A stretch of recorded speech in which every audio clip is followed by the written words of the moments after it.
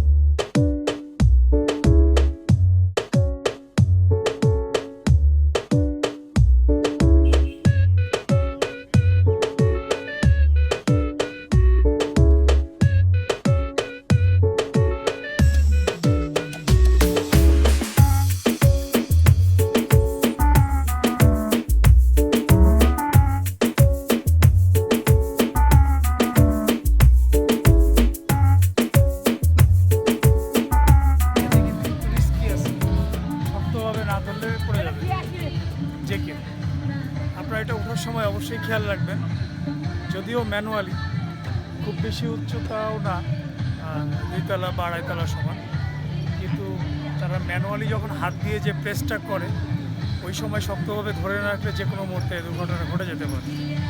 So একটু হলেও ভয়ের আছে।